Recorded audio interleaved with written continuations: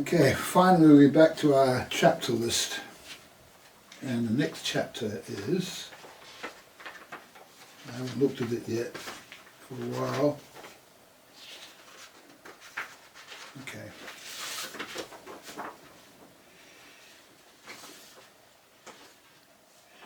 Teaching, family and apprenticeships versus the school system.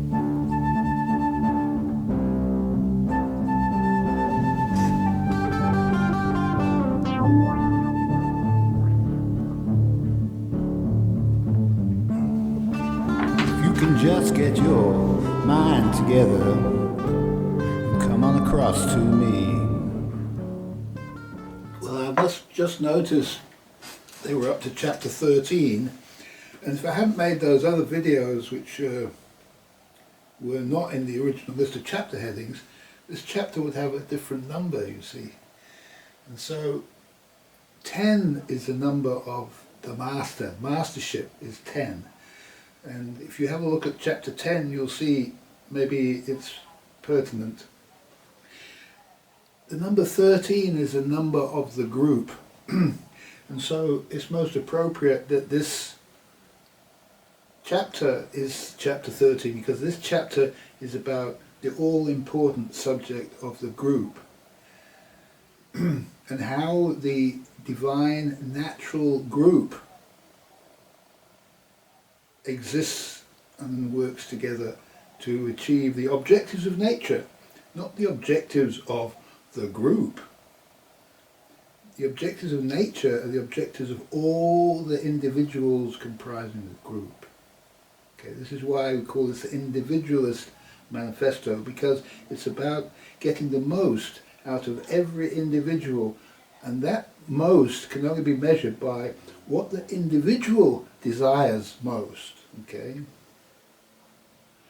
I'll take 5.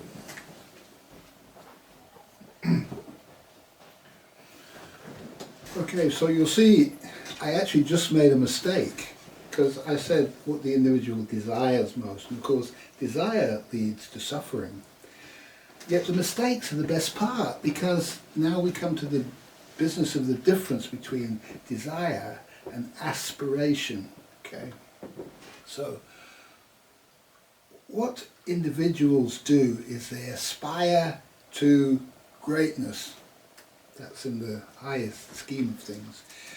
Yet their aspirations also might be, they aspire to having a house, they aspire to becoming married, and aspire to a certain calling, aspire to having the tools of that calling that they don't have yet. There's many aspirations a person can have without it being a desire. A desire is something that is happening in the immediate present moment. And an aspiration is outside of time. Okay, it's more in the becoming better, worse dimension. It's quite interesting because I just got a comment about that and passed a note on about that. Over the last 2 days, in the 7th and 8th of August, I created 12 videos, all about half an hour long, all completely rendered, edited, rendered and uploaded to YouTube. That's probably a record. I don't aspire to making records yet. I couldn't help myself, just had to make all these videos, and it's hard work making videos. And then some people say they try to make a couple of videos a week, and you know, I have the technology, okay, I have the Linux system, it's my own system, and so it works pretty efficiently. And I would never be able to do that on any other system, quite frankly, because although it's a slow machine, it's this machine was made in 2007, I think, so in 2008, so it's a very, very old machine, yet it does the job, okay, and I can be rendering while I'm editing, and I can be uploading at the same time, and it seems to cope with that. Now, take 5.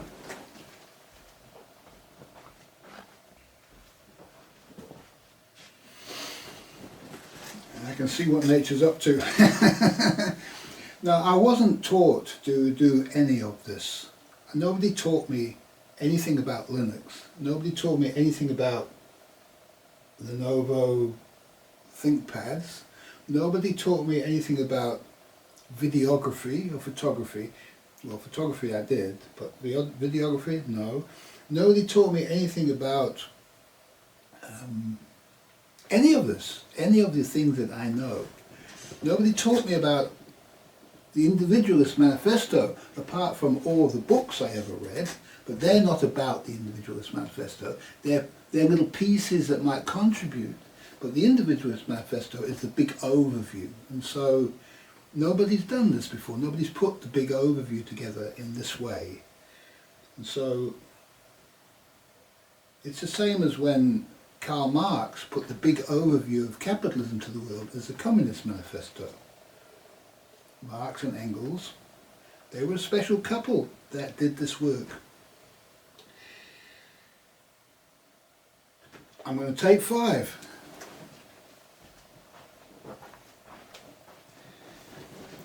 Now, every time I take 5, that's the end of a video. I take the video out, I put it in my computer, I add it to my timeline, I adjust it, I watch it back, I'm meditating on what I said at this moment in time, and then I continue on. There's no editing of any of this stuff, except that editing of joining the individual videos together that nature made. Nature is organising this video. There's no need for me to interfere with that process. And if I interfere with that process, you'll find that you get a worse result. If I try to change the words I spoke, let's say I got to the point I said, oh, I said the wrong word there.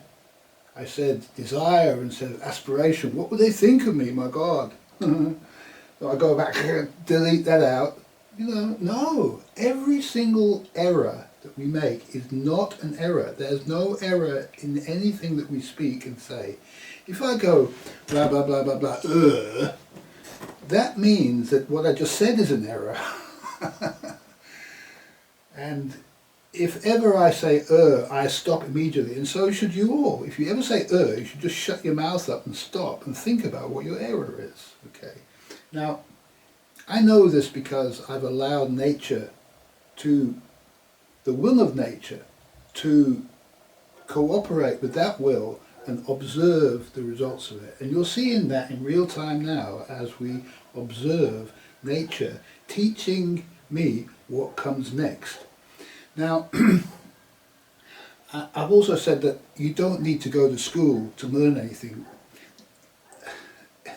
Anybody who's been in the computer industry, dogs barking, anybody who's been in the computer industry for more than a couple of years realizes that anything you learn today is useless tomorrow. Now that's because we live in the kind of world that we live in and everything's changing all the time. That is not the way that nature would organise us. It wouldn't change all the time because it wouldn't be wrong. Things that we already did wouldn't be wrong, they'd be right. And we'd be building on the right things that we did. We wouldn't be changing things entirely. Man might think he's evolving. We covered this already. He's going in the wrong direction. That's all it is, really.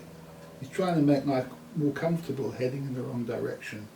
He's working on the ship and getting it better, but, you know, maybe he'll put too much stuff on the ship will sink. I'm going to take 5.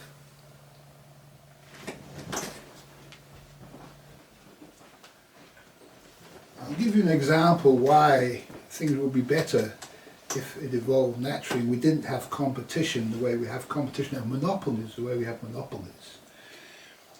Back in the 1970s, 1980s, there was a tremendously advanced operating system created called,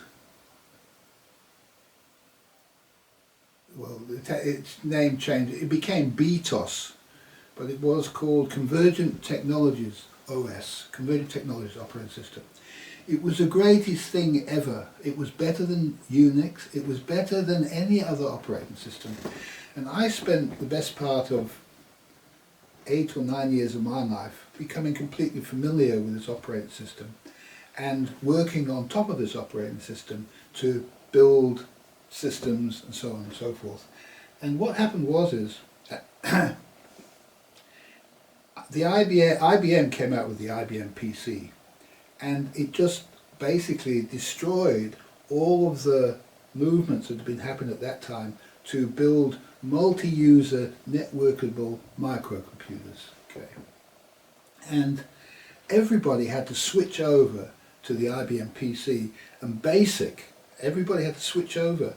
And so all these businesses that had spent like huge amounts of money on research and development, evolving the world in this direction, had to go back to the IBM PC and BASIC. Then Microsoft Windows came on, all this other stuff. And in the end, it was all no good. All that time that we spent learning Microsoft Windows and everything, it was all replaced by Linux. Okay. Now Linux is based on Unix, which was an ancient operating system before BTOS or CTOS, Convergent Technology Operating System, that I talked about. It was way before that. It was like, it was from the time of time-sharing systems where this operating system was designed to run huge computers with like 2,000 terminals all hooked up, and the memory split into 2,000 different pieces, and the computer split in the time between all these little bits and pieces. It wasn't like what we have now, but now that's what I've got inside my computer. Now, because I've got that inside the computer, it can do this stuff like all at the same time. And the other operating systems could do it too. Yet, because it's so old, it does it fast and efficiently. That was always the thing there. If you go back to the older software, it runs much, much faster. And so it's kind of like, it's just the way it is. Now, we spent a lot of time, wasted a lot of time because of the monopolization of the industry by IBM. And it just destroyed. People couldn't make the stuff for the price that IBM was selling the stuff for. Couldn't make it for that. And so the whole industry shifted, and many, many companies just disappeared. And were taken over, became part of bigger monopolies. Okay. Now, I hate Unix, I hate Linux, I hate having to deal with the command line, I hate the complexity of the security systems in it. It's not necessary to have that kind of complexity in a microcomputer. It's only necessary in a big time-sharing computer. And so, really, the world's had to live with the situation now of complexity, super levels of complexity, so that it slowed down all development work. All software development has ceased because it's just too difficult to develop on top of such a complex platform. And so that's why AI has come about, because AI is just the next programming language, really, which is instead of issuing all the calls and the commands that you do to actually yourself, you know, with all the parameters and everything, now the AI is going to do that, and you're just going to speak to the AI and say, I want it to do this. So it's a programming language, basically. But it's not the right way to do it. It would have been better if the building blocks had been more fundamentally better, and so that the building blocks were easy to use, and the right building blocks had been built on top of that, and now we would be building on that a good sound basis. As it is, we're not. We're building on super complex stuff at the bottom. Okay. Now, it's remarkable that the level of reliability has been built into it, and that's really that's only the responsibility of one man, and that's Linus Torvalds. Linus Torvalds really made sure that Linux fundamentally was error-free in the beginning. And that's very difficult to do. Yeah. Only the greatest programmers can write bug-free programs. I'll take 5.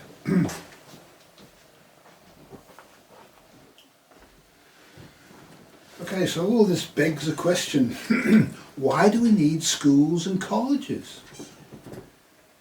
If Linus Torvalds can create Linux without this, and Elon Musk can do all this stuff, he doesn't think that it's necessary to have colleges, universities. It's more important to be able to do self-education, self-research. Yet there are two aspects to learning. One is a theory and the other is a practice. For the theory, one can access everything that's out there. And if one can't find it, well, one needs to be working together with some master of it who can go and ask. The master doesn't want to be pestered all the time. The master will only wants to explain to you what you can't find out for yourself. And as far as schools go, all you need to do to access the education system now, which is all on the internet and everything, books are available, everything that all can be downloaded, it should all be free, and available. All you need is to learn to read. And if you want to contribute to it, well, you don't even need to be able to write these days, because you can speak it like I'm doing. And so reading and writing are probably obsolete, because you're not reading this and I'm not writing it, right? So it's a new world that we live in, yeah? We get direct from the horse's mouth. So you don't need news organisations to print papers and that. You can get it from the horse's mouth, yeah?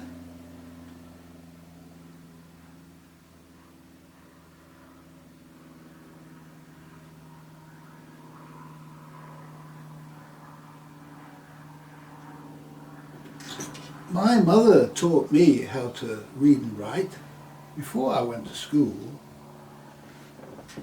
Probably learned to spell a bit better at school because it rapped me over the knuckles if I got it wrong. Probably a bit more than my mother would have done. If we're living in natural communities, the children will learn to read and write if they need to learn to read and write. They'll just learn it. They'll either learn it from their parents or they'll learn it from somebody who decides locally to teach the children how to read and write. You know, the 20 children in the local area go and see some nice lady who can teach them how to read and write. It doesn't require an education system. An education system is the propaganda arm of the government. That's what it is. And the first thing the globalists did was to take over a country after they built the roads, is they teach the people to read and write so that they can send them orders.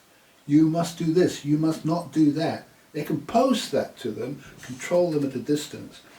Reading and writing is a form of control at a distance. Okay. It's also a way to make legal agreements. And I suggest that you don't make any legal agreements. That if you're going to do something together with somebody, you shake hands on it. That is the way that nature does it. The hands move out, they grasp each other. Not this, high five and all this stuff. This is what gangs do. None of that stuff. A human being grasps the hand of the other man. Shakes hands. I agree. Let's do it. Okay? That's all that's required. A piece of paper, that is the beginning of the end of everything. That is organizational chaos, nightmare stuff. Okay? Not worth the paper it's printed on. It didn't help Putin in the Ukraine to have a written agreement signed by all parties. It didn't help him. Okay?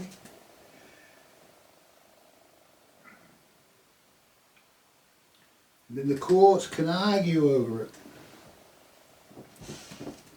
It's not necessary. So we don't need the education system. We don't need schools and colleges. What we need is guilds of masters working together, teaching those who are called to the guild of that particular calling. And now I want to go into that because that is the most important thing I'm going to say. And take 5.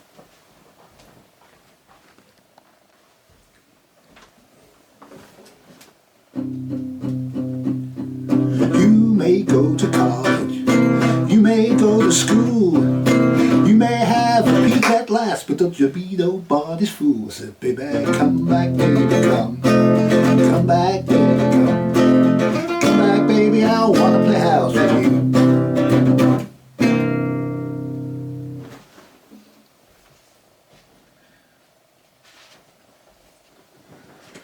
Okay, that little song came to me in that moment, so I thought I'd play that. Come back, baby, I want to play house with you. That's all that people want to do. They want to play house, yeah. They want to come together with people with like minds and play making stuff, right? Doing stuff. And so, I'm thinking of Ethan Crumbley here because he probably didn't have anywhere to go. You know, he had nowhere. Nobody would have him like, no, we don't want you, go away, this kind of thing. And it's not allowed to turn people away who are called to something. Yeah. If a person really feels like he wants to ride a skateboard, he wants to become a skateboarding master, and this is an example, it can be applied to anything that man's called to do. He wants to be a skateboarding master. What he does is he goes to the skate park, right, where all the skateboarding masters are all hanging out, yeah, and they're all hanging out there, skating, not hanging out, they're skating, practicing their craft, building up their skills. Probably the future knights, you know, the next thing they'll be called to do is like sword fighting or something. But the skateboarding is the first, because this is balance, man. This is like how to fall on your feet, you know, from a building and not hit your head. So he goes along to skateboarding masters and he says, I'm called, I think skateboarding looks great to me, I've got to do it.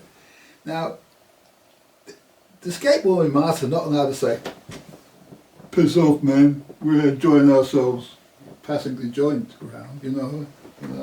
No, they're not allowed to do that, okay? That is against the law. They have to take him on, no matter what. They have to take him on. So he goes to the skateboarding group and he says, I want to be a skateboarder. He said, great. He says, you can see what we're doing there. First of all, you need a board, all right? Sit down with somebody. Now, they can't all talk to him together. Well, they might talk to him together, you know, as a group for a little bit. But then they'll say, okay, who's going to teach this guy? Who's going to look after this guy? And one of the masters has to be called. You say, you know, they're all going like this, they're all looking like this, they say. And somebody says, I'll take him on. Okay. Now that's because that master is called to have that apprentice. This is how it's got to work. It cannot work any other way. And that, if nobody's called to have him, that's a big problem, yeah, that's a big problem. The guild needs to examine what's gone on, what's gone wrong with the guild, because this is somebody who wants to be a skateboarder and nobody wants to take him on. That's a big problem, yeah. That's a job for the Guild of Philosophers to deal with, yeah. Then you have to call the Guild of Philosophers and say, what's going on with this guild, right? So this is natural order. And so the guy gets his master. He doesn't fail, he doesn't have to go twice. He doesn't have to go to 2 or 3 or 10 or 20, 1,500 different organisations and get rejected. He gets accepted immediately. He knows he's going to be accepted because he's called to do it. He has to do it. Okay.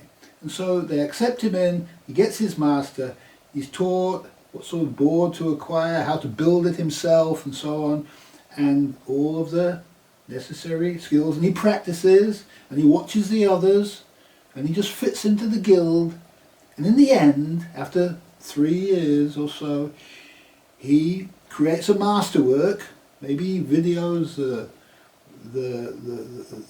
guild, you know, skateboarders, makes a skateboarding film or something like that. I did that. or maybe he's in a skateboarding movie, yeah, showing people how to do it, and maybe he makes a special board that nobody else has made before, okay? So now he becomes a master skateboarder, right, in the end, because his master work show him. He can do certain things on the board, he has done them. People can see that he is good at what he does, okay? It's demonstrated by the quality of his work. Now this applies to skateboarders, it applies to carpenters, it applies to computer scientists, it applies to everybody. Everybody is a master of some kind, okay? But it doesn't apply to salesmen. You can't be a master salesman, yeah? You can't be a master accountant. You can't be a master, all these fake hierarchy that's been created on top of doing stuff. All this has to go. Okay, all has to go, because it is totally wasteful. These people are parasites on the system. If you don't do anything in this world, then you shouldn't eat. And by doing something, I don't mean work, I mean that you're called to do something. I'm doing something now. This is my calling. As long as I seem to be doing something, fine. Even lying in the street, just sleeping, is a calling. You know, if somebody's been through some bad experience, they're called to they've got nowhere to sleep, nowhere to live. They've got to be allowed to lie down wherever they feel like lying down. They've got to be allowed to build shelter, to cover themselves from the rain. They have to be. These are basic human requirements. The whole legal system is fake. It all has to go. It all has to be built again. The only way it can be built is by starting at the bottom with the schools and the guilds and the farm. The farm has to come first. Then the people have to build their houses on the farm. Then the guilds have to form. And then the legal structures have to develop from that. Laws, as people break laws, so the guild of philosophers creates a new law, and so the new society develops. Just like in Greece, okay? Just like in the beginning. City-states. That is the future development of humanity. It's the only way it can be done. New wine in new bottles, okay? I think that's it. I'll play that last music clip again. Thanks for watching.